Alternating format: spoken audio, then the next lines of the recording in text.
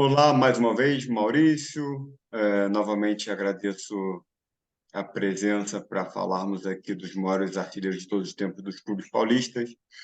Hoje seguiremos para o Palmeiras, ou seja, com Heitor Marcelino, que é um atleta ainda anterior ao Cláudio, então acredito que a questão dos dados, como o número de gols nos jogos, ainda sejam mais difíceis de serem apuradas, mas que ele é o maior artilheiro de todos os tempos do Palmeiras, isso todo mundo pode afirmar com certeza, né? Então, que é o mais importante nesse caso aqui. Então, fique à vontade para iniciar a conversa desde o início da carreira do grande Heitor Marcelino. Bom, Vitor, obrigado mais uma vez pelo convite, né? Vamos agora falar de outro grande jogador, né? Agora vamos falar do Palmeiras, o maior rival do Corinthians, né? E tem até uma curiosidade, né? O Heitor, ele é o maior artilheiro da história do Palmeiras e também existe o outro que é o maior artilheiro da história do Palmeiras. Aí você está perguntando, ué, o que você está falando? Você está doido? Não, eu vou explicar daqui a pouquinho por que eu estou dizendo isso, né? E você disse bem, né? O Heitor é um jogador tão antigo, né? Tanto é que ele para de jogar no Palmeiras no final de 31, como eu falei na entrevista anterior, que o Cláudio é de 22, talvez nem mesmo o Cláudio tenha visto o Heitor jogar, né? Pode ser, ou até viu quando bem menino, né? Vai saber, né? Isso não temos mais como saber, que infelizmente o Cláudio já é falecido, claro, também o Heitor, né? E o Heitor Marcelino é um nome de suma importância nos primeiros anos do Palestra Itália, né? Ele não começou desde o começo, já em 14, né? Ele veio 2 anos depois, já em 16. Mas praticamente ele incorporou muito essa história palestrina, né?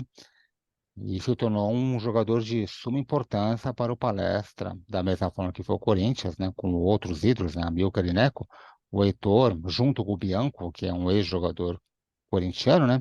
Se tornaram as grandes legendas, né? Da história inicial do Palestra Itália. E você falou Heitor, o Heitor Marcelino, ele também era conhecido pela torcida palestrina pelo nome de Ettore, né? Como? Correto? Desculpa? Ettore. Eu não Pecker. sei, Ettore, Ettore. Ah, é o nome dele, Héctor. É o Exatamente. nome Alguns dele, sim, palestrinos sim. antigos também chamavam ele de Ettore. Sim, Talvez sim. uma forma mais italiana, né? Mais Uhum. carinhosa de se falar, né? E o Heitor Marcelino, né? Diferente do Cláudio, que era de Santos, o Heitor nasceu aqui mesmo, na capital, né? São Paulo, né? Difícil dizer qual era o time dele de infância, claro que não era o Palestra, né? Porque o Heitor, se eu não me engano, ele nasceu em 1898. Uhum. Então, se ele começou a acompanhar futebol com 5, 6, 7 anos, não existia o Palestra nessa época. Então, não saberia dizer qual time que ele torcia quando criança. O que eu sei do Heitor é que ele começou a se destacar num time até tradicional da época, chamado Americano. Uhum. E nesse time do Americano, o Americano inclusive já tinha sido campeão paulista, né? Nesse time do Americano, ele jogava com alguns jogadores uruguaios, né? E se criou uma escola de futebol técnico através desses uruguaios, já que o Uruguai era, na época, a maior referência do futebol aqui da América do Sul, né? O Heitor começou jogando com esses jogadores, né? Então, quando ele foi contratado pelo Palestra Itália, isso já em 1916, Vitor, ele já era um jogador, apesar de novo, praticamente pronto para o futebol, né? Porque ele já tinha o seu estilo de jogo técnico, né? E o Heitor, inclusive, era um jogador que sabia unir habilidade técnica e também era um jogador voluntarioso. Ele também era um tanque na área, né? Uhum. Mas, como eu falei, jogador técnico, eu falo isso até por uma questão muito simples, Heitor. Não sei se você sabe, o apelido do Heitor, quando ele jogava, eu não sei quando propriamente foi dado esse apelido, mas ele era conhecido como Príncipe. Ah, Príncipe. igual o Romeu, que veio posterior a ele, também príncipe. Também, como foi também o Ivair, né? O Ivair, príncipe Uhum. da Portuguesa de Esportes. Por que Uhum. que o Heitor era chamado de príncipe, Vitor? Porque o rei da época era o Arthur Friedenreich. Então, o Heitor Ah, praticamente era o grande concorrente da posição com o Fried, né? Como uhum. carinhosamente também era chamado, né? Talvez no início tenha sido mais o Amilcar, que também era centroavante, né? Mas quem foi o grande rival de Friedenreich, era até chamado o digno rival de Friedenreich, foi Heitor Marcelino. E, Interessante. Então, é, só para me situar aqui, então o Heitor desde o início sempre foi centroavante.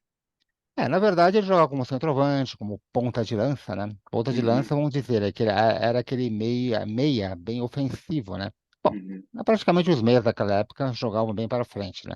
Então sim, poderiam ser chamados de pontas de lança, né? Quando pensamos em pontas de lança, depois, bom, eu vou citar um nome que nem precisa de apresentações, o Pelé. sim, sim, O sim. Pelé, por exemplo, apesar dele ir do meio para frente, se você perguntar, o Pelé era mais um meio armador ou um ponta de lança? O Pelé era mais um ponta de lança. Uhum, Ele era meia esquerda do Santos, mas ele jogava mais com ponta de lança. sim, Então, o Pelé era um jogador que facilmente jogaria nessa época do amadorismo, né? Imagina o Pelé fazer uma dupla com o Friedenreich, com o Heitor, uhum, com o Neco também, né? Que foi um jogador da época, né? uhum, Importante da história corintiana, né? Então era aí. Ele era mais centroavante, mas também jogava com ponta sim, de lança. O Friedenreich também jogou com ponta de lança, né? uhum, Naquela época era muito comum o jogador trocar de posição, né? Alguns até iam jogar pelas pontas também. Até o Neco, inclusive, começou inicialmente como um ponteiro esquerdo, né? Então não me surpreenderia ver algum dia alguma escalação do Palestra vendo o Heitor jogando pelas pontas, né? Mas a posição mais famosa do Heitor Marcelino realmente foi como centroavante, né? tá. É interessante isso Sim, porque é um artilheiro, né, o maior de todos os sim. tempos do Palmeiras, que é centroavante, que não é o caso do Corinthians, né? Tem uma É. coisa diferente que é um artilheiro que joga pela ponta, né? Até Eles aproveitando essa situação sua do Corinthians, o maior artilheiro ser um ponta, né? uhum, O Cláudio mesmo dizia, né? Ele falava assim, eu não sou o maior artilheiro eu sou o maior artilheiro da história do Corinthians, talvez pelo número de jogos de que eu atuei, jogos. né? Que ele jogou bastante partidas, né? Que ele humildemente fala isso. E também pela questão da bola parada, né? Como ele Ah, batia muito pênalti, muita falta, escanteio, né? uhum, Cruzava também e até marcava gol, né? Acabou se tornando o maior goleador. O Cláudio, inclusive, nunca foi artilheiro do Campeonato Paulista, coisa uhum, que aconteceu com o Baltazar, com o Carbone, né? Mas no total, pelo número de jogos maior, fez mais gols que ambos, né? Se tornando o maior goleador, inclusive, até só para finalizar com o Cláudio, né? O Cláudio, antigamente se falava que ele tinha 295 gols, tanto é que no busto tá falando isso, 295. Depois do almanaque do Celso Zelt, que se descobriu que ele fez 306, outras questões 305, então ele é o único jogador do Corinthians que marcou mais de 300 gols. Foi o Cláudio, já que os 295 ficaram para trás, né? O Heitor, aproveitando isso, antigamente, se eu não me engano, a fonte era 284 gols pelo Palestra Itália. Acho que depois muitos gols acabaram sendo descobertos, se eu não me engano, não vou saber o número certo, né? O Heitor acho que fez um total 336 gols com a camisa do Palmeiras, na época Palestra Itália. Mas uhum, independente, Vitor, dele ter marcado 284, 336, da mesma forma que o Cláudio, sempre foi o maior goleador da história do Palestra. sim. Agora, E quantidade de Palestra jogos Palmeiras. é mais difícil ainda de ter uma ideia, né? Nenhum número aproximado, por exemplo, do Não, Heitor. O Heitor dá para saber. Acho que no almanaque do Palmeiras que eu tenho consta, né? Eu podia até pegar o almanaque, mas eu acredito que é mais ou menos essa média de 300 e poucos jogos que ele deve ter feito pelo Palmeiras, palestra, né? Eu me baseio porque o Neco, eu sei que ele tem acho que 330 jogos pelo Corinthians. Então eu acredito que a média do Heitor seja mais ou menos essa, 300 e poucos Uhum, jogos, 400, né? Eu não sei agora com exatidão o número de partidas do Heitor. Mas sim, eu acredito que seja essa época porque não era comum se jogar tantos jogos, né? Tanto é sim, que eu até te falo, Vitor, eu sempre achei um absurdo falar que o Friedenreich tinha mais de 1000 gols, né? Então se descobriu em pesquisas mais recentes que ele tem 500 e poucos gols, o que é ótimo para a época pelo número de sim, partidas que tinha. Então, era muito difícil imaginar um jogador daquele tempo, mesmo o futebol sendo bem ofensivo, ter mais de 1000 gols, né? Nem sim, sim, combinava pelo número de partidas do Fred, né? é É isso que eu verdade. penso, né? Então, eu nunca É, acreditei tanto nesse número, né? mesmo as partidas serem geralmente mais, assim, mais recheadas de gols, né? Mesmo Sim. nesse sentido, são muito menos jogos, não dá para comparar. É. E nessa época que o Heitor jogou amadorismo, o futebol era assim, o que se visava era o gol, não tinha muita estratégia, assim, né? Havia, claro, o goleiro, os dois zagueiros ali, a média, né? Só que esse Uhum, pessoal sofria, né? Porque os atacantes daquele tempo queriam era marcar gols, né? sim, sim. Então, não somente o Friedrich, o Heitor, o Neco, né? Feitiço também, que foi um grande goleador, né? No Uhum, Rio de Janeiro também tinha Nilo do Botafogo, tinha o Nonô do Flamengo, né? Haviam grandes goleadores nessa época. O Carvalho Leite depois, uhum, né? Que viria jogar no Botafogo, mas Botafogo. O Preguinho também. Ah, Inclusive, o Heitor tem peguei. uma história, tem uma história no palestra semelhante do Prego, que eu vou até contar daqui a pouco. Mas falando do início da carreira do Uhum. Heitor, Vitor, o Heitor, claro, veio o palestra em 16, né? Na época ainda se disputava dois campeonatos paulistas, que foram de 13 a 16, né? Dividiram a liga, né? Que ficou a AP, a UAP, né? Como queiro, e a LPF, Liga Paulista de Futebol. Aí, quando volta a unificar, né, ficando apenas uma, né, fica sendo a AP, a UAP, em 17, né, o Heitor já se destacava como um dos grandes jogadores, né, era o Bianco, o ex-Corinthians na defesa, e o Heitor no Uhum. ataque, né, o Bianco com a sua categoria, né, eh, marcando os adversários, né, desarmando os adversários, e o Heitor fazendo seus gols, né. E o Heitor se destaca tanto, né, que ele acaba sendo convocado para a seleção paulista e também, junto com Neco, Amilcar, Friedenreich, é convocado para o Campeonato Sul-Americano de 1919, né? O primeiro realizado aqui no Brasil, né? Que eu até comentei também na minha entrevista Sim. sobre o Amilcar, né? E o Heitor também é um jogador de destaque na competição, né? Se eu não me engano, ele marcou um dos gols contra a Argentina, né? Aquele jogo que o Amilcar fez o gol do meio de campo, que eu comentei com você. Sim, sim. E, inclusive, o Heitor, para você ter uma ideia, Vitor, ele quase marca o gol do título. Porque Ah, é? a jogada do Neco, construída contra o Uruguai no último jogo, né? Que ele dribla toda a defesa do Uruguai, os jogadores brasileiros e os uruguaios exaustos, né? Ele faz toda a jogada, centra, né? E quando ele dá o centro, ele não centra a bola para o Friedenreich. Ele centra na cabeça do Heitor. O Heitor cabeceia. Aí o goleiro uruguaio chamado Saporiti Uhum. espalma. E nesse espalmar dele que sobe pro pé do Friedenreich, acho que de voleio ele marca o gol do Uhum. título. Ou seja, quase que o Heitor Marcelino fez o gol que deu ao Brasil a sua primeira grande conquista do futebol. Já tinha sido campeão em 14 da Copa Roca, primeiro Uhum. título da seleção brasileira, mas o primeiro grande título da seleção, da nossa seleção, de fato, foi esse título sul-americano de 1919, do qual o Heitor também foi um dos grandes destaques. Legal, legal. Bom, aí o ano seguinte, 1920, acontece algo importante, né? O Palestra adquire o seu campo, né? O seu estádio, né? O estádio do Parque Antártica, né? E é o ano que o Palestra Itália é campeão paulista pela primeira vez. E claro, obviamente, o Heitor, né? Que jogava ao lado de jogadores como Ministro, né? E tantos outros, ele acaba sendo, acho que Martinelli, se não me engano, né? Ele acaba sendo o grande destaque dessa primeira conquista estadual do Palestra Itália. O Heitor, o Vitor, ao longo dos anos 20, anos 1920, né? Agora a gente tem que falar assim, 1920, que já que a gente está na década de 20, anos 20 do século XXI, né? Nos anos 1920, ou década de 1920, como queira, né? É, sem Aham. sombra de dúvidas, o grande jogador do Palestra Itália. Não tem nem o que discutir sobre isso, né? E ele, inclusive, joga também no Campeonato Sul-Americano de 1922, também com grande destaque, né? E ele também é bicampeão paulista em 1926 e 27, quando a liga é novamente dividida. A liga é dividida, né? Por causa de um desentendimento do paulistano, né? Em relação ao Paulistão de 1925, né? Aí ali dividida e surge a LAF, né? Que é Uhum. disputada de 1926 a 1929, né?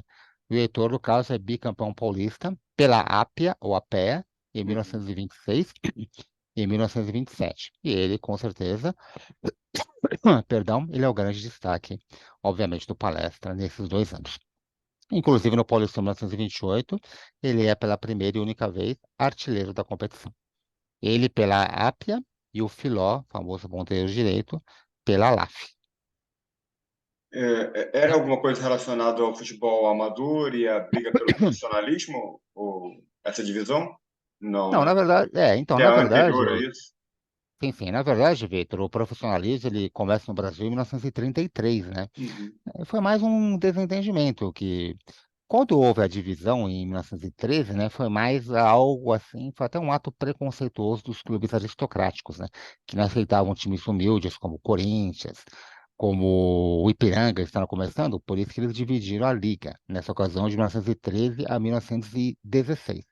Já nesse período de 26 a 29, vão mais questão de desentendimento do paulistano, Uhum. já no Campeonato Paulista de 1925, né? Então, o paulistano com outros clubes tradicionais na época, como o São Bento, né? O Internacional e outros, né? Fundaram essa liga, a LAF, né? que durou Uhum. de 1926 a 29, com o Paulistano praticamente dominando, né, que foi campeão em 26, bicampeão em 27, da mesma forma que o Palestra pela Ápia, só não ganhou em 28, foi o campeão foi esse Internacional, e voltaria a vencer em 1929, né? E o Uhum. Heitor, como eu bem disse, foi bicampeão paulista, primeiro bicampeonato da história do Palestra Itália, em 1926 e 1927, sendo, claro, como eu citei, um dos grandes destaques, além da artilharia que ele conquistaria já em 28. Um Legal, detalhe legal. que eu vou te falar, Vitor, eu falei sobre a importância do Heitor ser semelhante à do Preguinho, né? Porque o Preguinho, né, que foi o jogador que marcou o primeiro gol do Brasil na Copa do Mundo, já em 1930, né? Era um grande nome da história do Fluminense, no meu entender, junto com o Castilho, ou acima, ou depois do Castilho, o maior jogador da história do Fluminense, mesmo o Fluminense ganhando a Libertadores e tal, mas eu Uhum. acho que o Preguinho tem uma. Como o Neco no Corinthians, né? Ele tem Sei. uma ligação muito grande, né? Aham. E isso acontecia também com o Heitor no Palestra, né? E talvez você deve saber disso, o Preguinho era chamado de homem, multi-homem, vamos dizer assim, né? Porque ele praticava outros esportes, né? Sim, sim. Isso, Vitor, o Heitor também fez no palestra. Inclusive, Ah, existe uma foto do Heitor posando com a equipe de basquete, de bola ao cesto do palestra. é. Aham. Ah, interessante. Então ele ganhou títulos também em outro esporte, era um atleta completo. Acho que também natação, né? Polo aquático parece que ele jogava, né? Ah, Então ele não era somente um futebolista, ele também era um atleta, era um atleta. era um multiatleta, né? Aham, aham. E naquele tempo que o jogador, inclusive, Vitor, tinha que trabalhar também. Ele não ganhava com futebol. Então ele se Verdade. dedicava ao clube, ao futebol, aos outros esportes, por amor à camisa. Isso não somente no Palestra, como era no Corinthians, sabe? É uma época muito bonita do futebol, Sim, muito sim. bonita. Infelizmente não tem televisão, né, naquela época, então a gente não É pode ver verdade. imagens da dedicação desses jogadores. Mas o É Heitor, sem verdade. sombra de dúvidas, foi um jogador de suma importância, né? Era o grande jogador do Palestra. Tinha o Bião, como citei, o Amilcar Barbuí, que depois foi para o Palestra, né? Era do Uhum. Corinthians, né? Era um jogador consagradíssimo, né? Mas mesmo a presença do Amilcar não tirou a idolatria que a torcida palestina tinha pelo Heitor, né?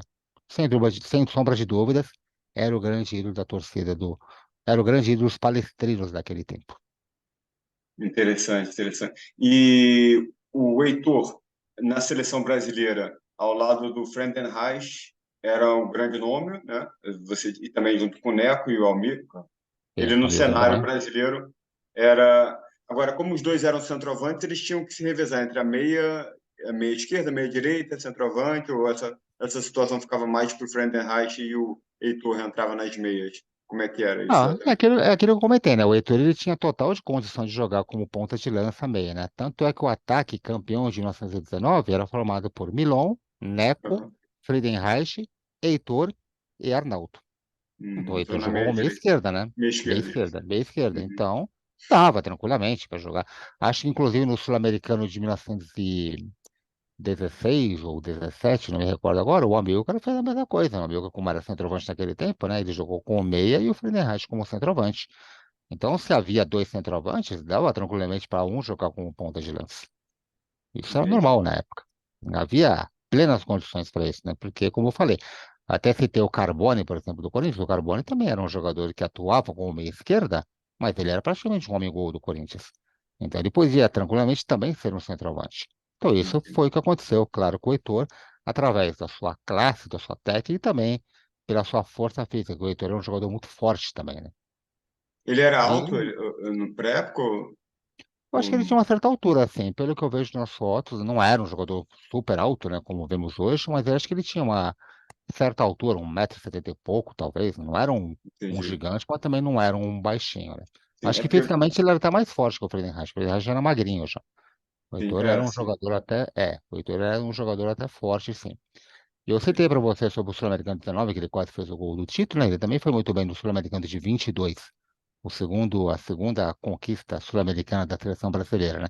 Tanto é que nessa ocasião o Friedenreich estava machucado, né? Então o Heitor ele jogou mais vezes que o Friedenreich nesse torneio, né?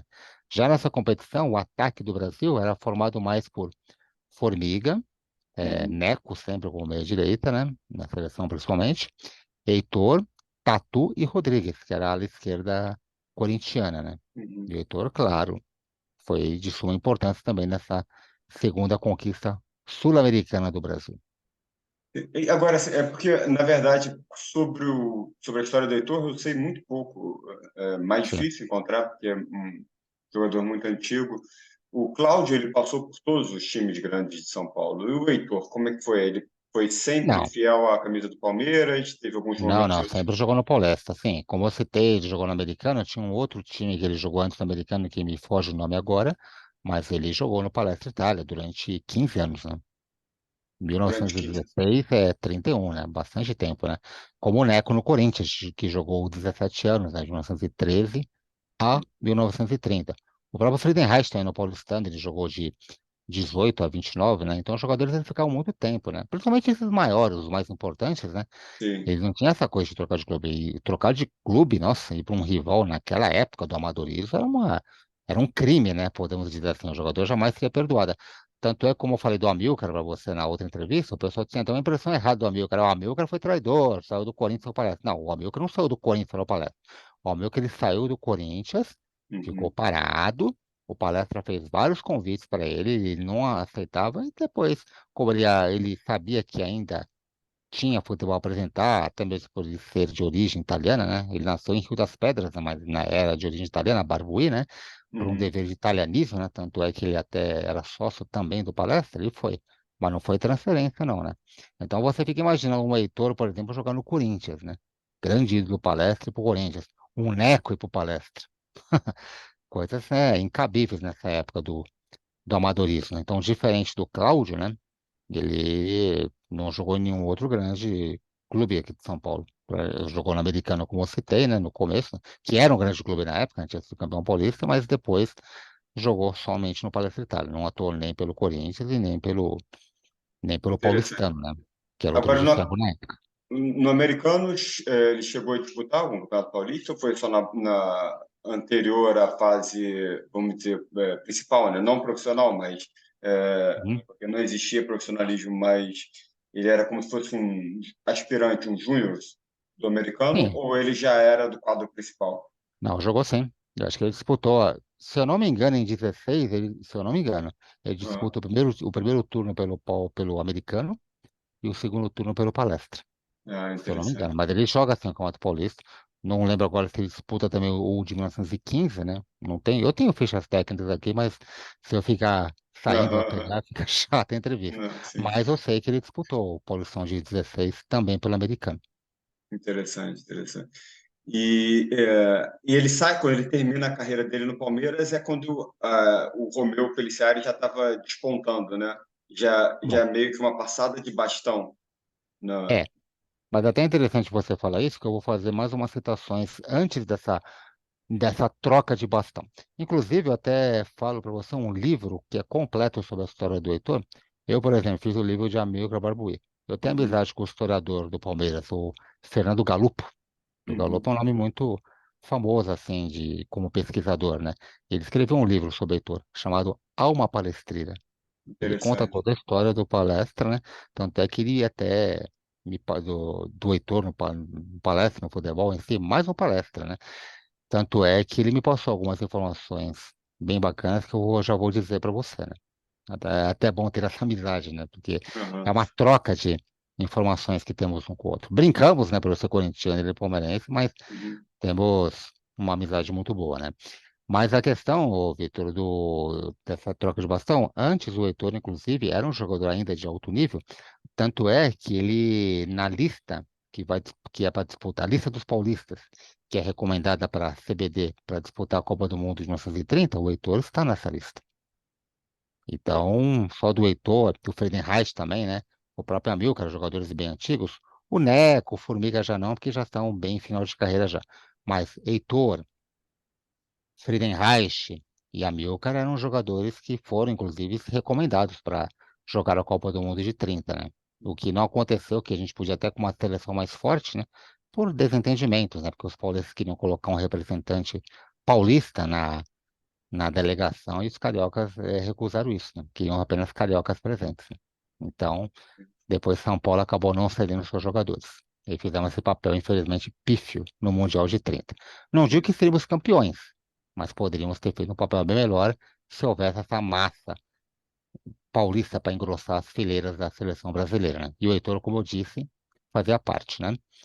Bom, você perguntou sobre o Romeu Pellicciari, de fato, o Heitor praticamente trocou o bastão, mas eles jogaram juntos. Isso no Campeonato Paulista, no Campeonato Paulista de 1930, que o Corinthians foi tricampeão pela segunda vez, e no Campeonato Paulista de 1931, quando o São Paulo ganhou seu primeiro campeonato, né? E no final do ano, né? Eu até perguntei para o Galo uma vez, né? Ah, o Heitor já estava em final de carreira, né? Não, pelo contrário. Isso o Galo que me disse, ele estava no auge dele. Mas como ele viu que o Romeu Peletieri era um jogador que tinha totais condições de assumir o lugar dele, ele falou assim, bom, eu posso dar a minha posição para o Romeu, porque eu sei que está bem servido. E como está bem servido, tanto é que o Palestra foi, o seu único tricampeonato foi com o Romeu, né? 32, 33 e 34. Então, claro, seria muito bom que o Heitor ainda estivesse, mas já que o Friedenreich jogou até 35, né? Então o Heitor poderia também ter jogado. Mas, mesmo ele não jogando, o time do Palestra naquela época era muito bom, também fez o seu papel, né? Legal, legal. E o Heitor, É, inclusive, também, ô Vitor, também está falando com o Friedenreich, ele arbitrava muitos jogos também. Ele é até um árbitro bem conceituado. E não sei se você sabe, o Heitor foi o árbitro que apitou o primeiro jogo da história do Pacaembu. não sabia dessa É, história, ah, não. É interessante. eu não sei se eu estou me enganando, se foi o primeiro jogo da história do Pacaembu, que é o que o Palestra goleou o Coritiba por 6-2. Inclusive, o primeiro gol da história do Pacaembu foi marcado com um jogador chamado Zequinha, que atuava no Coritiba, era emprestado do Ferroviário, olha só. Ele fez o primeiro gol da história do Pacaembu. Uhum. Ou se foi no segundo jogo, que o Corinthians ganhou do Atlético Mineiro por 4-2, isso em 40. Eu não lembro agora. Se eu não me engano, o Heitor arbitrou o primeiro jogo, que foi do Palestra mesmo, né? Eu não sei se Legal. podia, né, arbitrar jogo desse time, né? Pois Mas ele é, foi o árbitro, sim. E o Heitor é isso, o Vitor, é um jogador de suma importância nesses primeiros tempos do Palestra, né? Acho que da mesma forma que o Cláudio depois não se dedicou mais ao futebol, ele foi árbitro, como eu disse, por durante alguns anos, mas depois acabou parando, se dedicando a alguma outra profissão, da qual eu confesso não saber qual foi. Mas, sem sombra de dúvidas, Vitor, foi um jogador de muito destaque. E um legal detalhe que eu demais. vou te falar, Vitor, um detalhe que eu Ah, vou te falar, eu até fiz essa brincadeira no começo, né? Que eu falei assim, o maior artilheiro da história do Palmeiras é o Heitor. Com certeza. Mas tem um detalhe, o Heitor jogou no Palmeiras apenas quando ele se chamava Palestra Itália. Tanto é que quando ele para de jogar no Palestra Itália, no final de 31, ainda ele se chama Palestra de São Paulo e, claro, posteriormente Palmeiras, uhum. 11 anos depois, né, já em 42, né? Então o Heitor só jogou pelo Palestra Itália, né? Aí foi por isso que eu fiz a brincadeira, né? O maior artilheiro da história do Palestrinha Palmeirense é o Heitor e o maior artilheiro da história do Palmeiras, com o nome de Palmeiras, é o César Maluco. O César Mourão. Pois é, ele é o segundo Legal. maior goleador do Palmeiras, né? Mas como ele só jogou no período do Palmeiras, ele pode Aham, até fazer a brincadeira. Eu sou o maior artilheiro da história do Palmeiras desde 1942. E eu, legal. claro, né? Como o Palmeiras existe desde 14, mas chama Palestra Itália, né? A gente pode, dá para fazer essa brincadeirinha, né? É É verdade, isso. legal. Uma curiosidade interessante. Pois é. Tá joia. Então, Maurício, foi bem legal a nossa conversa sobre o Heitor. No próximo episódio, nós vamos falar sobre o Serginho Chulapa, o maior artilheiro da história do São Paulo. O Serginho também, né? Da mesma forma que o Heitor também foi centroavante, né? Então, tanto o Heitor como o Serginho fizeram jus a isso, né? O Heitor, se eu não me engano, ele faleceu no início da década de 70, né? Eu acho que Ah, 71, se eu não me engano, né? E acho que é até um jogador, infelizmente, ô Vitor, um tanto esquecido no futebol, né? É da época do sim. amadorismo, né? Uhum, Infelizmente, né? Mas, inclusive ele foi muitas vezes homenageado por seleção brasileira, né? Acho que tem uma bela homenagem já em 44, né? Comemorando os, os 25 anos da conquista sul-americana de 19, né? E fizeram uhum. uma bela homenagem a ele, ao Neco, ao Ao time, Friedenreich, né? né? Ao time É, todo, não só exatamente. ele. Eu Sei. acho que praticamente quase todos estiveram presentes, né, Uhum, Vitor? E o que eu te falo é assim, né? É, foi feita essa homenagem, né? Inclusive esse jogo, pelo que eu sei, teve até uma foto histórica do Friedenreich abraçando o Leônidas, né? Que foi um pouco antes de um jogo de São Paulo. Uma foto até fácil de encontrar na internet, né? Ah, E encontraram o Friedenreich, inclusive, tudo elegante, de chapéu, o Leônidas com a camisa de São Paulo, né? Procura na internet que é fácil de achar. Inclusive o Heitor também, acabei até esquecendo, né? Ele fez parte da seleção de veteranos paulista, né? Um jogo histórico ocorrido em 1935, né? Tem até fotos desse jogo, fácil também de encontrar na internet. E, inclusive, o Sr. Amilcar Barbu e Filho, saudosa memória, meu amigo, tinha essa camisa, deve estar com o filho dele hoje, né? aham, Da seleção dos veteranos paulistas. Inclusive, essa foto está no meu livro dos jogadores. Tem o Heitor, tem o Neco, tem o Friedenreich, tem quem mais? O Grané, o Tufi, pouco antes de falecer, que uhum, faleceria no mesmo ano de 35, né? Bem novo, por sinal, né? E alguns que eu lembro, assim, acho que o Rodrigues também está presente nessa foto, né? Ponteiro é esquerdo, né? legal. Né? É isso, É, né? legal demais. Então, Agora, pode falar. agora é interessante você comentou que na sua visão, os maiores ídolos da história do Fluminense, mesmo com o título recente da Libertadores, o Bicampeonato Brasileiro, com o recente Fred, até um pouco Isso. anterior o Valdo, Uhum, enfim, você comentou e referiu o Castilho e o Preguinho, né? certo. Sobre o Palmeiras, você diria a mesma coisa? Você diria que seria o Heitor, um deles, um dos maiores de todos os tempos, mais referências, ou já muda um pouco a É, sua visão a respeito disso? eu acho que no caso do Palmeiras, o Vitor, até foi bom ter falado essa coisa de morte da história da palestra. Eu acho que na época de Palestra Itália não há dúvidas que o Heitor foi o maior ídolo. Uhum, Isso eu tenho certeza que ele foi o maior ídolo. Talvez até mais do que o Romeu. E olha que o Romeu também foi um jogador, né, de suma importância na história palestina. Mas acho que o Heitor, ele se identificou muito, né? Tanto é como eu falei, né? O livro do Galupa, Alma Palestrina, né? Que é uhum, homenagem ao Heitor, diz tudo. O Heitor foi uma pro palestra, podemos dizer, né? Guardando as proporções, uma espécie de. Como foi o Neco no Corinthians, né? uhum. Foi um jogador, assim, muito identificado, né? Mas acho que o maior jogador da história do Palmeiras, né? O cara mais lembrado mesmo. Eu acredito que seja o Ademir da Guia É, mesmo. Medellín. Né? Goleiros que tem muita polêmica, o pessoal fala do Roberto É isso. Catani, teve o Valdir de Moraes. O Valdir eu acho que não chega tanto assim, mas é sempre lembrado como um dos grandes goleiros, um dos grandes arqueiros da história do Palmeiras, né? O Sim. Leão também, né?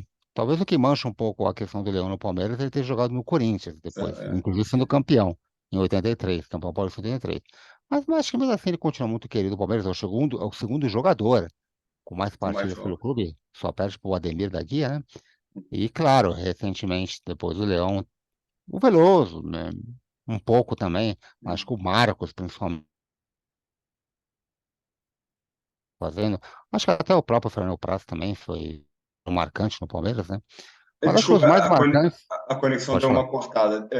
Você falou Veloso, depois você citou Marcos, foi isso? Porque, Marcos, pô, Marcos, e tem uhum, agora atualmente o Everton, né? E tem uhum, também o próprio Fernando Praz também, que ganhou alguns títulos importantes. Mas acho sim, que quando se pensa nos três grandes goleiros da história do Palmeiras, os grandes nomes mesmo, acho que é vamos dizer em ordem cronológica, né? Oberdan Catani, Leão e e o Marcos, Marcos. No meu sim. entender. O Everton também tá encaminhando para isso. O próprio Valdir de Uhum. Moraes, como eu citei também, né? O Valdir eu prefiro mais dizer como o maior goleiro da história do Renner. Acho que fica mais legal. Do Pelo Renner, do Rio Grande do Do Sul? Renner, foi campeão gaúcho em 54, né? Uhum, Duvido que algum torcedor do Renner vai dizer um goleiro acima do Valdir, né? uhum, Duvido. Já no Palmeiras ele tem uma fortíssima concorrência, embora sempre foi muito elogiado. Apesar de baixinho, um grande goleiro, né? Mas é isso, Vitor. Mas a é isso. homenagem é mais para o Heitor Marcelino, né? Faço com maior satisfação, né? Um jogador antigo, mas jogador de, vamos dizer, de 90 anos para trás, né? De 90 a 100 anos, né? 105 Uhum, anos para trás, né? Mas é sempre bom esses grandes nomes do passado, esses grandes vultos do futebol serem ainda lembrados, né? Infelizmente ainda sim, tem uns doidos historiadores como eu, como você, como o Fernando Galupo, né? Que faz uhum, essas devidas homenagens, né? é Ainda mais num verdade. país tão sem memória como é o Brasil. Não sei se É aí em verdade. Portugal, onde você está, se tem mais valor. Eu acho que aqui em Portugal o pessoal tende a ver mais o passado, mas também acho que não tem jeito com essa entrada forte da rede social e tudo mais. A Sim. nova geração acaba meio que dominando as mídias e eles são bastante, É. né, E ela efetivos também ali ajuda nos também, erros. você pesquisar o passado, a rede social ajuda, é só saber usá-la, né? Exatamente, mas é mais difícil também de encontrar, né? Mas, Exato. mas enfim, Maurício, foi ótimo o papo. Para o próximo episódio a gente fala sobre o Serginho e vamos mantendo contato aqui. Tá É isso bom? aí. Muito Muito obrigado, Vitor. obrigado. Obrigado, um Tchau. abraço. Tchau, tchau. Outro. Tchau, tchau.